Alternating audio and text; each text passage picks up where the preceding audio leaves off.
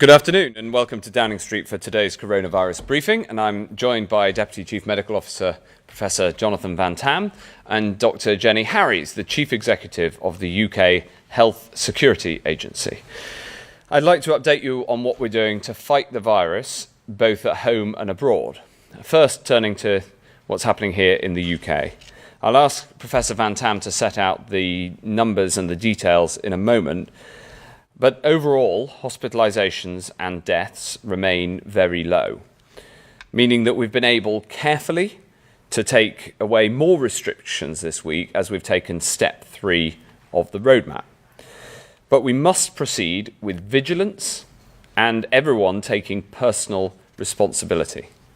We've always known that one of the things that has the potential to knock us off track would be a new variant.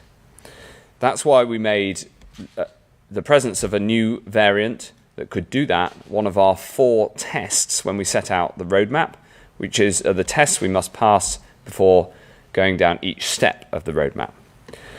The early evidence suggests that the B1617.2 new variant, first discovered in India, passes on more easily from person to person than the B117 variant, that was first discovered, of course, in Kent. But as the Prime Minister said at lunchtime, we have increasing confidence that the vaccines are effective against it. That means that our strategy is the right one, to carefully replace the restrictions on freedom with the protection from the vaccine. What it means is that it is even more important that people get vaccinated. As I've reported to the House of Commons, there are now 2,967 cases known of this variant in the UK. And we are determined to do all that we can to ensure this new variant doesn't put our recovery at risk. So we've acted fast to guard the gains that we've made together. We now have an incredibly sensitive biosecurity surveillance system here in the UK. And I'm going to set out a couple of new details about that in a moment. This surveillance system spotted the cases in Bolton and in Blackburn early, and through surge testing and increased vaccinations, we're throwing everything at it there. The weekly case rate in Bolton is now 283 per 100,000, and it's doubled in the last week.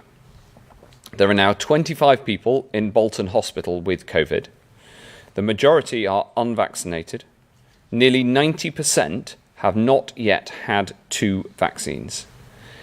This shows the importance of getting vaccinated, not once, but twice. So when you get the call, get the jab.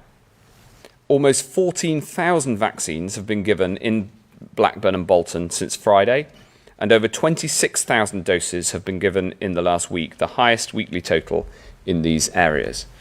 We've also surged testing and delivered 75,000 extra tests to these 2 areas, and we're using 12 testing sites and a 100-strong team going door to door. But these are not the only areas where we have a cause for concern. We're seeing other cases where rates are rising and where we need to act fast, as we have in Bolton and Blackburn.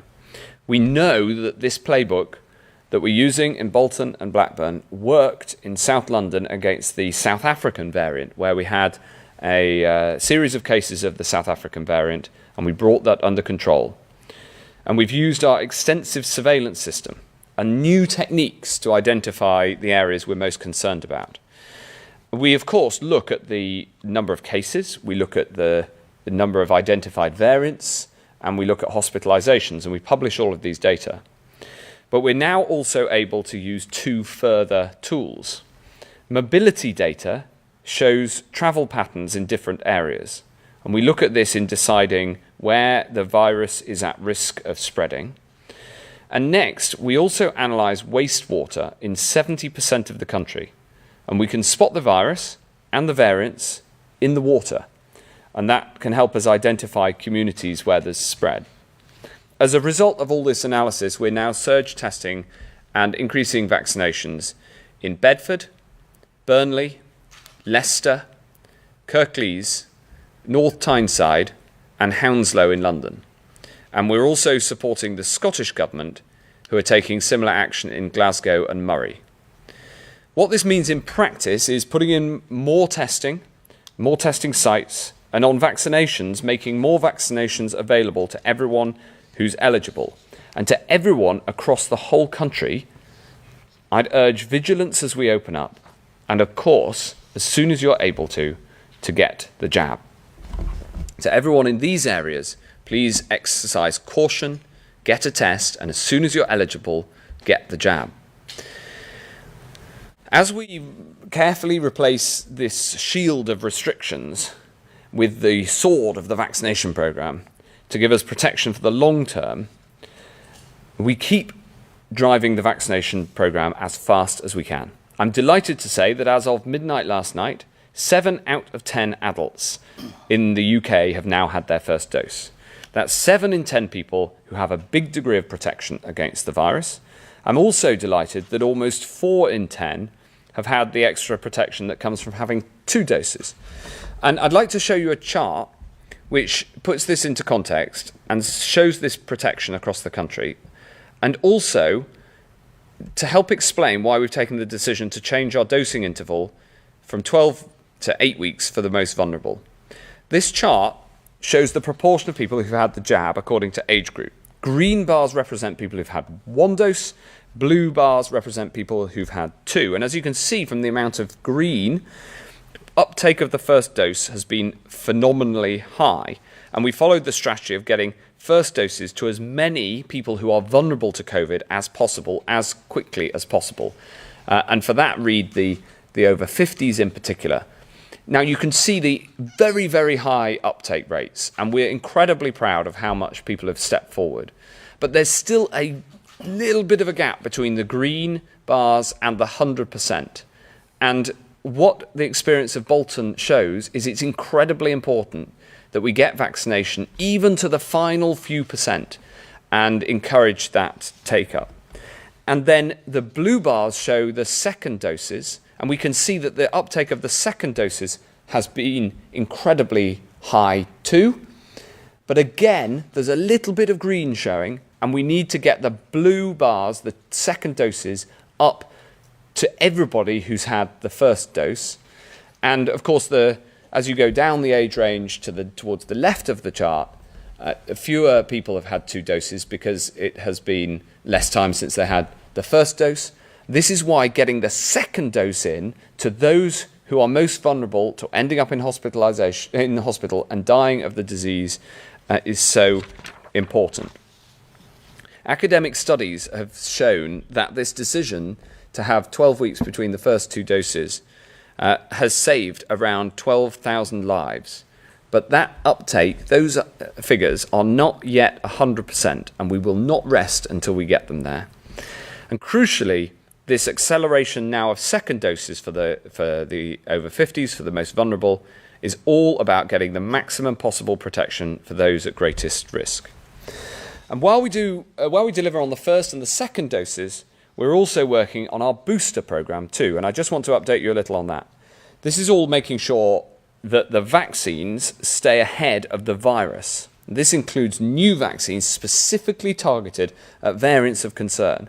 I'm delighted to be able to announce a new clinical trial backed by £19 million of taxpayers' money to look at the use of current COVID vaccines as booster vaccines and to see what combination and what part they can play in keeping us safe for the long term.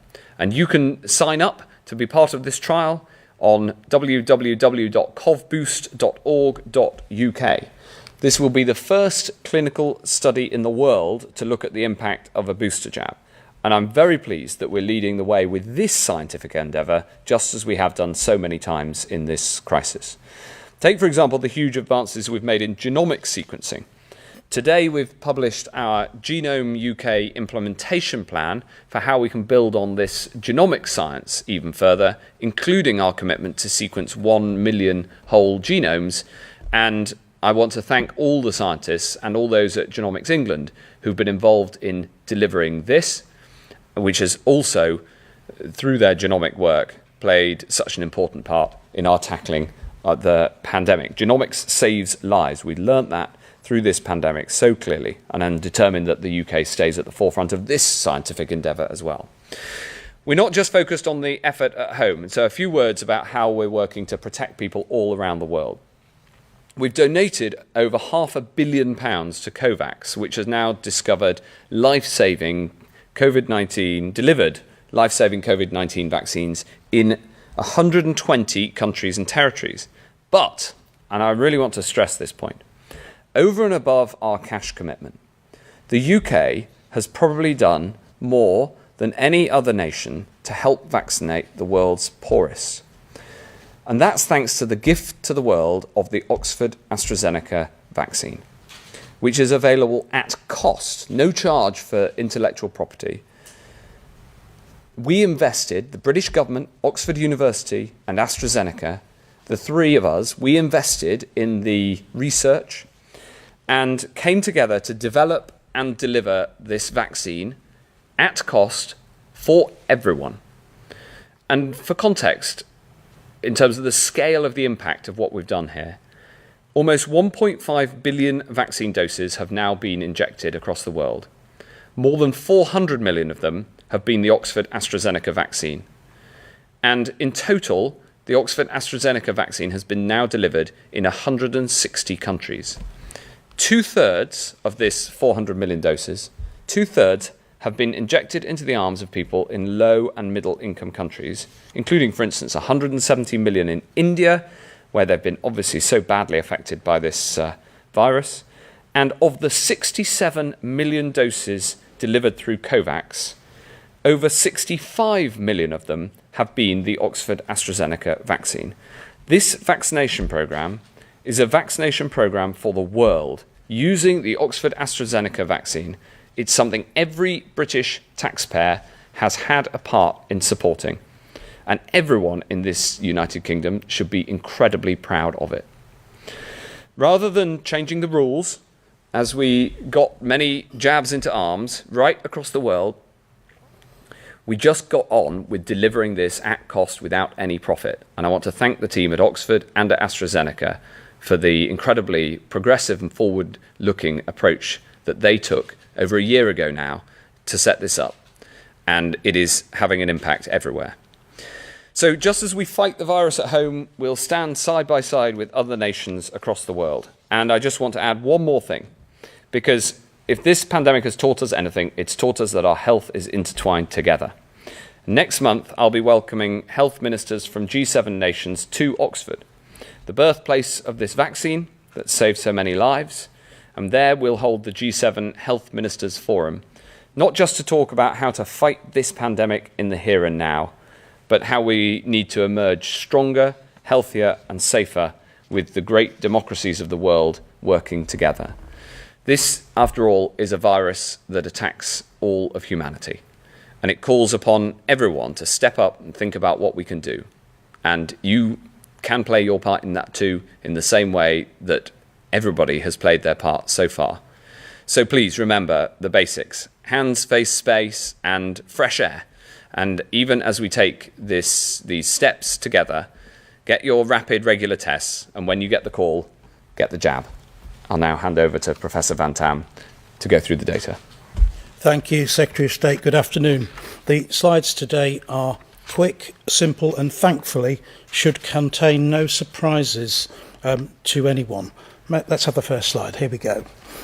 This slide is the number of people testing positive for COVID-19 in the UK.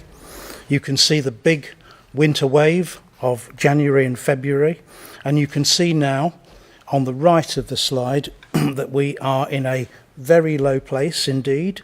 The most recent 7-day average is just over 2,000 cases per day, and that trend is absolutely flat. Next slide, please. There's better news on the number of people in hospital with COVID-19 in the UK, better than flat. Again, you can see that massive peak in January and February, peaking at almost 40,000 people in hospital. We're now down on the 17th of May to under 1,000 people in hospital with COVID-19, 939, and that's a drop of 17.17% in the last week. Next slide, please. In terms of the number of deaths of people who've had a positive test result for COVID in the UK in the last 28 days, the most recent 7-day average is now running at 8 deaths per day. These are still regrettable, but we are nevertheless in an extremely low place compared with where we were back in January and February. Next slide, please.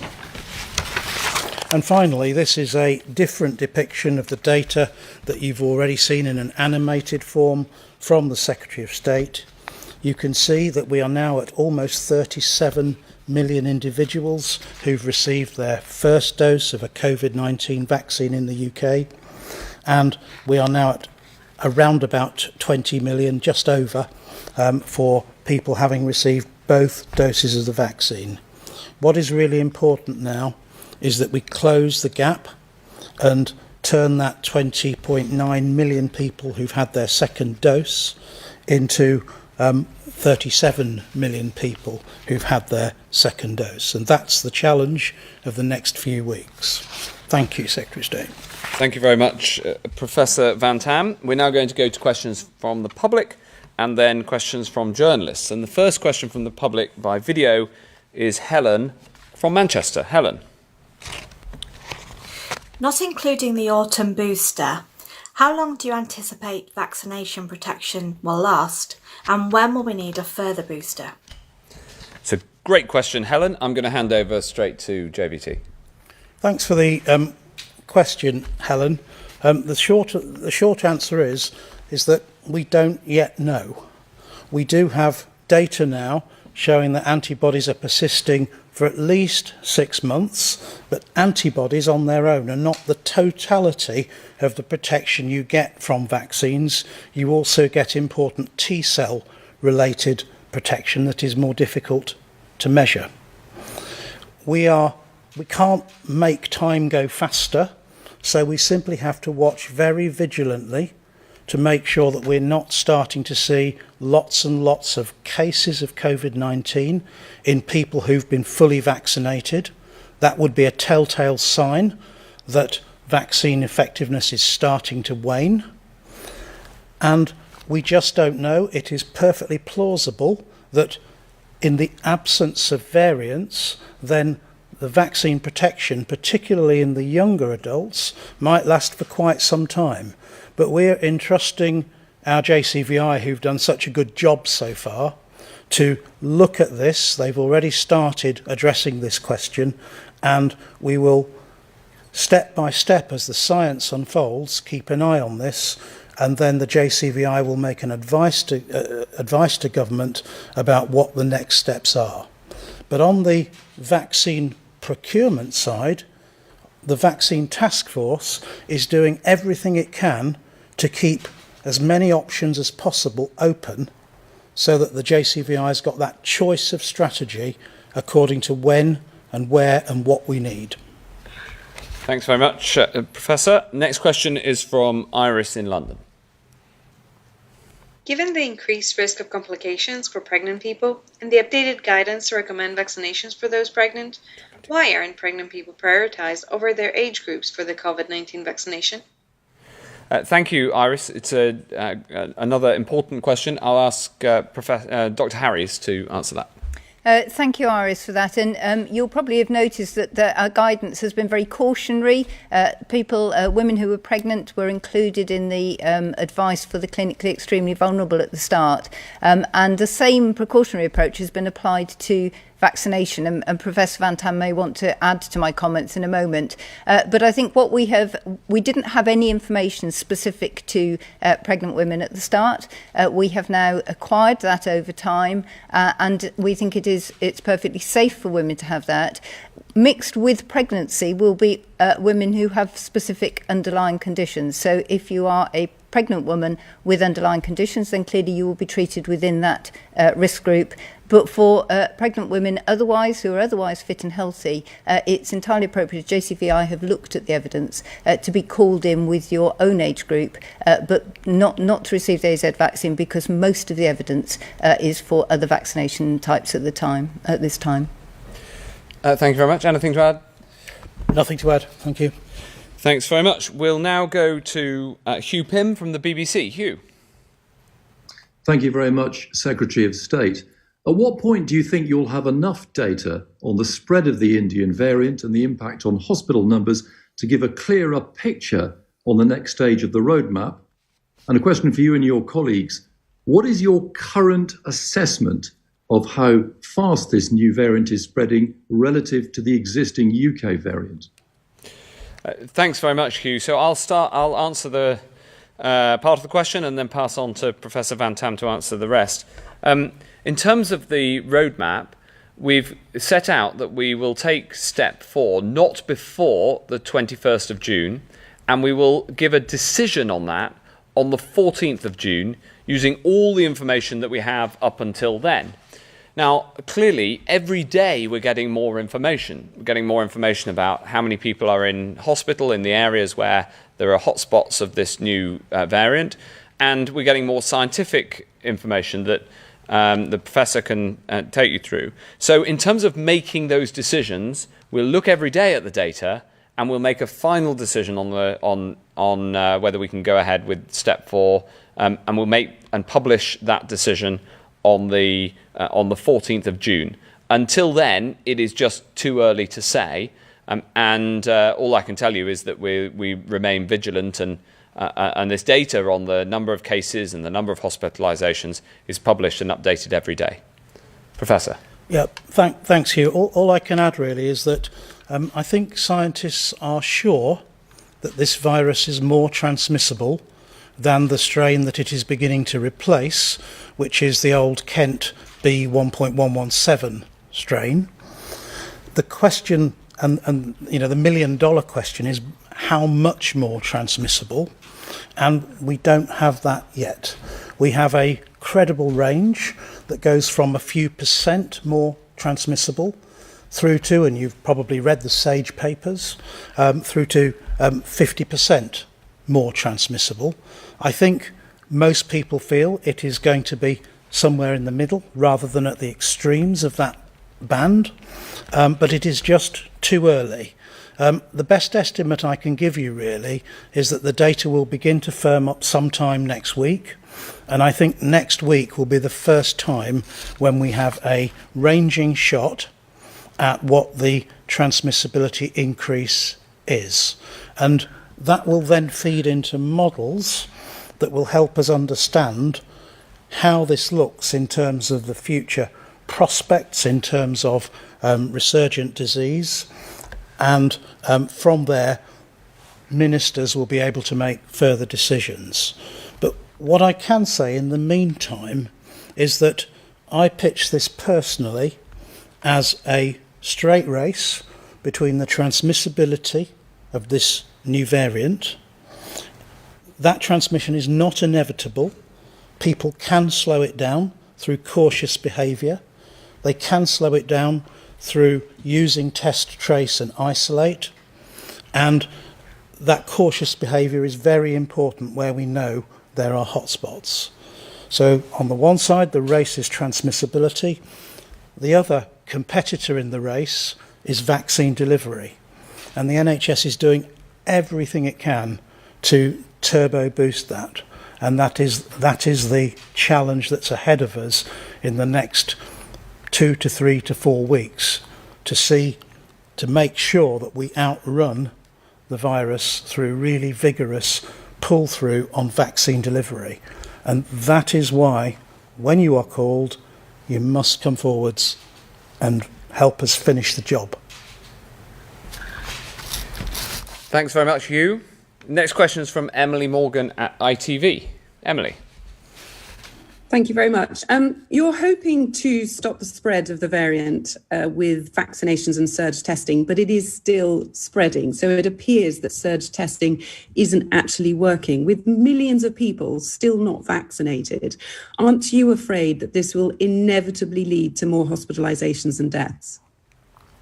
Well, not necessarily is the answer. And that's why we've taken the approach that we have. Because we saw surge testing work effectively in reducing the spread of the South African variant in South London. And if you remember, we discussed this about a month ago. We put in a huge amount of testing. About 250,000 tests were taken in South London in a very short space of time. And that did manage to stop the spread of that variant. And I'll ask Jenny Harries to explain the details of what we're doing, not just now in Bolton and Blackburn, but more broadly where there are hotspots. But we have seen this playbook work, and we want to do that. The advantage we have now compared to, say, in the autumn when the Kent variant first arrived is we just know so much more about it so much faster because of this extraordinary surveillance capability. So we could spot the rise in cases very, very early, and it means that we can act in this way without having to take more drastic action, given that the overall picture when you take the nation as a whole is really quite positive. Thank you, Secretary of State. Yes, so I think the original question was around vaccination. I would just like to highlight the point that's been made in the really fast moving of this turbocharging to the vaccination programme. So just in Bolton alone, last weekend, 6,000 people were vaccinated. For a small area, I think this is down to the really hard work of our NHS colleagues, local authority, Director of Public Health, everybody working together to ensure people come forward for their second dose if they haven't had their first one, to do that. But in terms of what we're doing, as the Secretary of State has said, we are in a completely different place to where we were last year. Our genomics testing is probably the best in the world. We're donating 30 to 40% of GISAID tests, so we're showing the world what we're doing and actually giving other countries information about the variants which are arising. And with that very precise testing, we can follow up chains of transmission, undertake very enhanced contact tracing, so people are going using shoe leather to going door to door, working in these areas to support individuals, increase the testing capacity, so for example bringing testing into schools again so that we're sure that people are able to do the test properly and support them to do that, and then supporting individuals with isolation. So there are flexibilities about financial support in many areas to allow people who might otherwise be worried about being able to afford to isolate to be able to stay out of circulation and therefore decrease the transmission risk. So I think although there are a lot of cases, we actually have evidence. So Sefton, for example, has done a brilliant job recently with the rise in cases of this variant, and actually that has now plateaued and is starting to come down again. So it is not a game lost at all. It's very much one to fight, and there are huge resources and huge amounts of effort, particularly from the public, in all of these areas, and we should continue to do that. I mean, I just add, reflecting on Dr. Harry's answer and your question, I just add one thing, which is, this is on all of us again. We are masters of our fate. By taking the tests in one of these areas, by coming forward and getting vaccinated, by behaving with caution, and we all know the things that we need to do, especially outside is safer than inside, and wearing masks, we can get this under control. But again, it is something for us to do as a community, and in particular in the areas where we're seeing the faster rise. Yeah. JVT. I just want to add and pick up on your comment that we're hoping to stop the spread with vaccines. Yes, of course we are, but on their own, they will need support from people being cautious and from the test, trace and isolate. I've said it many times at this podium, I've said it to say, probably countless patients that I vaccinated with the first dose. Please remember it's going to take probably around 21 days for you to have some protection from your first dose of vaccine. Now, thankfully, with the second dose, we would expect that enhanced protection from the second dose to kick in much quicker. but still with a delay and probably 7 to 10 days delay. And that helps explain why it's so important now that we push on and get as many second doses into people as possible. Thanks very much indeed. Next question is from Kathy Newman at Channel 4. Kathy. Secretary of State, you spoke about standing side by side with other nations in the world. But tonight we're reporting on the Treasury's insistence that any COVID-related help that your department gives to countries like India has to come out of the UK government's overall international aid budget. Would you like the Chancellor to reconsider that? Well, of course we're helping other countries around the world, including India. And of course it counts as overseas development aid because it is. But what I'm really pleased about is that we've been able to support India so much already. We were the first country to put in support, and I've been talking to my Indian opposite number. We've engaged on what they need. We've engaged, for instance, on an offer of PPE, but they have not asked for PPE. What they have asked for is support with oxygen. And so we've sent in oxygen concentrators and machines that generate oxygen to be able to support their hospitals.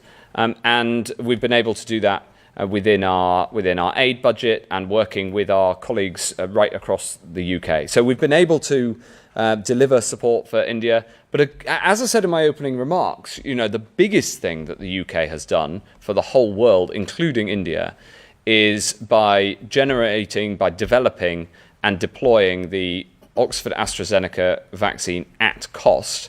It means that effectively we have supported the vaccination of over 400 million people, including over 170 million people in India. And so we can be very proud of the part that we've played in tackling this around the world. Harry Cole at The Sun. Budget, aren't you risking other international aid projects? Sorry? Harry, was that you? I'm sorry, I was just asking a quick follow-up, if I may. Yeah, go ahead. Things like oxygen generators out of the overall aid budget, aren't you then risking cuts to other international aid projects? Oh, no, we have a very generous aid budget overall, 0.5% of our GDP. And I think this is exactly the sort of thing that we should be deploying in terms of aid, helping other countries around the world. But obviously it is aid. I mean, that's just by definition. If you send aid to another country, it counts within the Overseas Development Assistance Budget, as it's technically called. Thanks. Harry. Thank you, Secretary of State. Earlier in the week, ministers said that we could go to amber list countries to visit friends. But today, the Prime Minister says we need an extreme reason to go to an amber list country. Can you give us an example or two, if possible, of what an extreme reason would be? And is it of regret to you that these mixed messages have once again dominated a week? And are you going to apologise to holidaymakers who once again find themselves facing a summer of chaos when the list could have been explained a little bit better, frankly? And a question for whoever can answer it, really, whoever's best qualified to answer it. The Secretary of State mentioned that there are 25 COVID patients now in Bolton Hospital. By my maths, that's up 6 from 19 last week. Is that rate of increase a cause for concern, or is it actually better than feared? Thanks very much. I'll ask Dr. Harris to answer the second question. On the first question, we've been absolutely straightforward about this. And the thing is, I think that the public get it and understand. If you look at what the Prime Minister said last week, what I said at the weekend, what I said in the House on Monday, what the Prime Minister said at lunchtime today, we've been absolutely crystal clear that you should not go to an amber or red list country on holiday. You should only go in exceptional circumstances. You asked for examples. An example might be to visit a very ill family member or to go to a funeral of somebody who is very close to you. They're two reasonable examples. And I think we have been really clear through this pandemic that there are some things that we have banned in law, but there are some things that we do not recommend. But you don't necessarily have to ban everything. That as a government minister, if you don't advise it and you think that it isn't the right thing to do, you don't necessarily ban it. There are many examples of that. But what we do know is that the public have been brilliant at exercising the personal responsibility that we are seeking. And so I would advise all Sun readers to listen to the Prime Minister, to follow the government advice which is on the government website, to book a holiday if you want a holiday abroad. That's what the green list is for. Or, like me, to holiday at home. Jenny. Thank you. So on the second question about hospital numbers, obviously it's not just Bolton, it's every area where we're seeing variants across the country. We're looking continuously to see if we are getting increased hospital admissions and if there are any fatalities for that, sadly, associated with it. And as Professor Van Tam has said earlier, actually we are not seeing that at the moment, and the change in numbers that you've described is really too small. We're seeing a fairly flat level of admissions. We have cases and we expect people to come in and out of hospital. We're not seeing sharp rises at the moment, but clearly we will continue to monitor that. The only other thing I would just add as well is, in interpreting some of these numbers, we have continued to learn right through the pandemic, and the NHS now offers pulse oximetry out to patients. So we might find that patients are in the community more than they're in hospital or vice versa. So I think we need to take an overall consideration, which is what we do on a very regular basis. Thanks very much. Any follow-ups, Harry? I can see you. Yes, please. With all due respect, Secretary of State, you haven't been crystal clear, have you? Because on Monday, George Eustice was saying that it was okay to visit friends in amber list countries. He was wrong, wasn't he? The example you've given isn't to visit friends, it's to visit very sick relatives. Why are these mixed messages? Well, I thought this subject might come up, so I took the trouble to look at what we said when we announced the travel policy ahead of the 17th of May, what the Transport Secretary said, to look at what the Prime Minister said last week, to look back at what I said at the weekend, to check the record of what I said in the House on Monday, to look at what the Prime Minister said at lunchtime today, in case this question came up. And you'll be glad to know that all of those statements were completely consistent with the advice on the gov.uk website. And that is that if you go to an amber list country, when you come back, you have to go through the testing regime with 3 tests, you have to quarantine, and I can tell you that we have, in the last week, done 30,000 home visits to check that people are quarantining. And you should only go to a red list country or an amber list country if you have exceptional circumstances. The purpose of the green list is that we've looked around the world at the countries where we think that it is safe to travel, both from a point of view of having no or very, very low variants of concern and a low case rate, just as we have here in the UK. That green list is there for people who want to have foreign travel and, for instance, for a holiday. The amber list is not for holidays, and the red list is not for holidays either. That's the policy. We've been very clear and consistent in terms of the language that the Prime Minister and the Transport Secretary and I have used, and it's all been on the gov.uk website. And I'm sure that Sun readers have got that from the start, because we've also seen actually we've seen the public get it, and many, many members of the public I know are looking forward to an extremely good holiday in the UK this summer. Thanks, Harry. Next question is from Heather Stewart at The Guardian. Hello, Secretary of State. The Indian variant appears to have been able to take hold and spread rapidly, despite 2/3 of adults having received at least 1 dose of the vaccine. Given the concerns about other variants emerging, would it be prudent to wait until all adults have at least some protection before removing what you called the shield of restrictions, such as masks and distancing rules, rather than sticking to the 21st of June date in the roadmap? And just for Professor Van Tam, you talked about cautious behaviour being very important in those new hotspots, Leicester and Bedford and so on. I wonder whether you'd advise people against taking advantage of some of the new freedoms that have been allowed this week, such as meeting up in pubs and restaurants. And would it be unwise for people from outside to travel to these areas to visit family and friends? Thanks very much, Heather. 2 excellent questions. I will. All I'll say before handing over to Professor Van Tam on the roadmap is, we'll set out a decision on the 14th of June, looking at all this data. We are seeing the vast majority of cases, both of the existing variant and of the B1617.2 variant amongst younger groups and unvaccinated people. On the one hand, that is actually a good sign because it implies that the vaccine is working effectively. But obviously, we don't want to see a huge increase in the number of cases anywhere. We have said all along that we expect some increase in cases. And of course, younger people who are much more likely to be those yet to be vaccinated are much less affected in terms of hospitalizations and deaths. And that core fact about this virus underpins the strategy and the roadmap that we've set out. JVT. Yes, thanks very much for the question. Look, the areas that have been mentioned today in the press briefing, including Bolton, are absolutely areas of concern for now. And I would advise the residents in those areas to think very carefully about the freedoms they have, weigh up the risks, and be very cautious.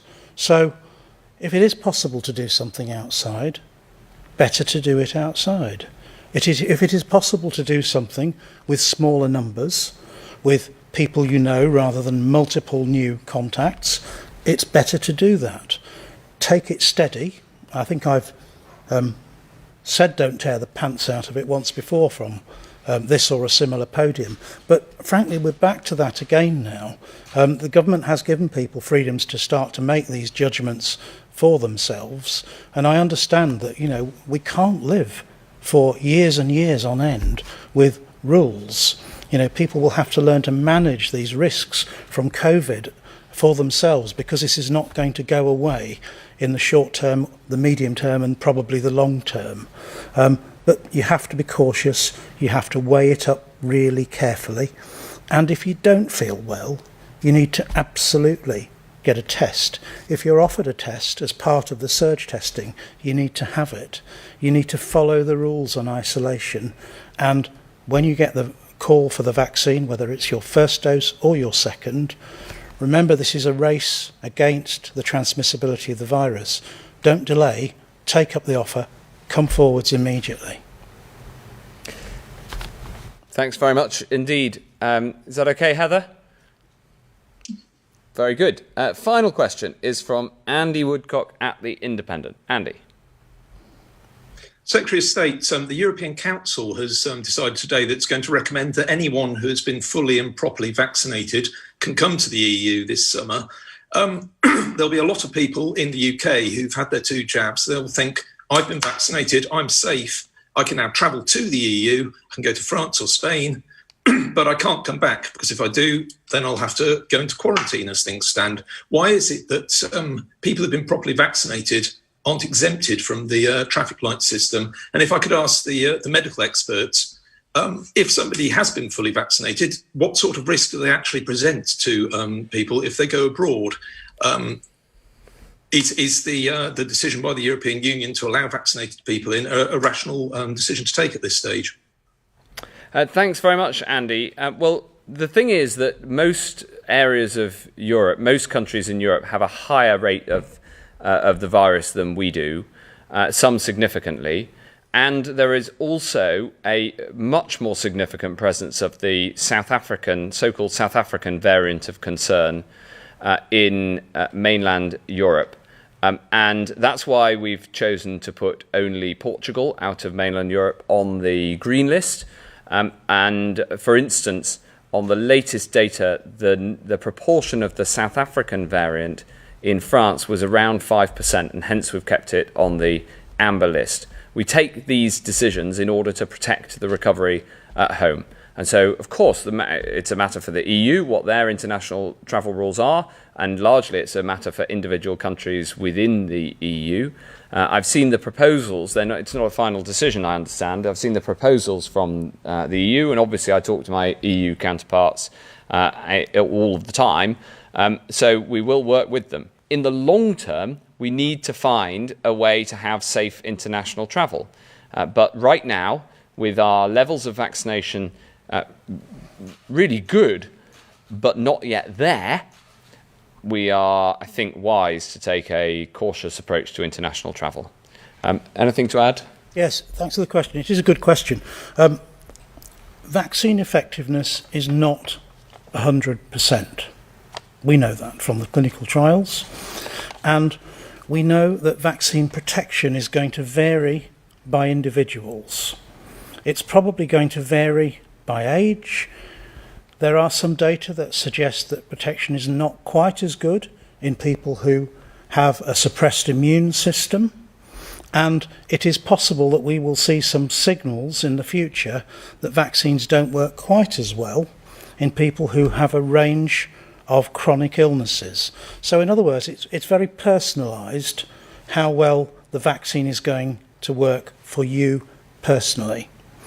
On top of that, we can't solve this by just measuring your antibodies, because T-cell immunity is far less measurable and is much more difficult to do, and that's another component of the degree of protection you're going to get. And then I think we can be very clear that when or if a vaccine fails to give you the maximum amount of protection that you were hoping for, and what it says on the tin, as it were, then the things that are going to go first are the vaccine's ability to protect you from infection and to stop you from transmitting it to others. The things that will go last are the vaccine's ability to stop you getting into hospital, having severe disease and dying. They're the bits that we think, are generally the strongest, even with a weaker vaccine. So from that perspective, the bit that fails first if a vaccine's not 100% is its ability to stop you getting infection and transmitting to others, even if it would still keep you out of hospital and stop you from dying of COVID. So that's a tricky nuance in terms of the argument that just because you've had vaccines, it's entirely safe to go abroad. Everything is relative. And the other bit of relativity is whether you're, when you go abroad, jumping into a pond with one shark in it or jumping into a pond with 100 sharks in it. It changes the likelihood that you're going to get bitten.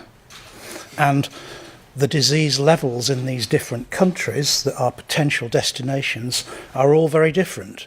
And as we've just laid out, some of them still have quite high levels of disease activity compared to the UK. So I think it's a fair ambition, I think it's a good aspiration, but I think we have to move very cautiously and find our way forwards carefully on this. Well, there you are, Professor Van Tam's theory of relativity. Anything to add, Dr. Harris? Just to say that the variant that we're looking at now, the B1617.2, we think has been detected in 48 countries to date, 44 of those confirmed on GISAID, which is the international library, if you like. And it just goes to show how many different variants are out there. And we've just had a conversation about understanding the vaccine effectiveness against that variant and waiting for the information. So I think we still have a lot to learn. But as Professor Van Tam said, a good aspiration and ambition. Thanks very much indeed. That concludes today's coronavirus briefing from here in Downing Street. Thank you.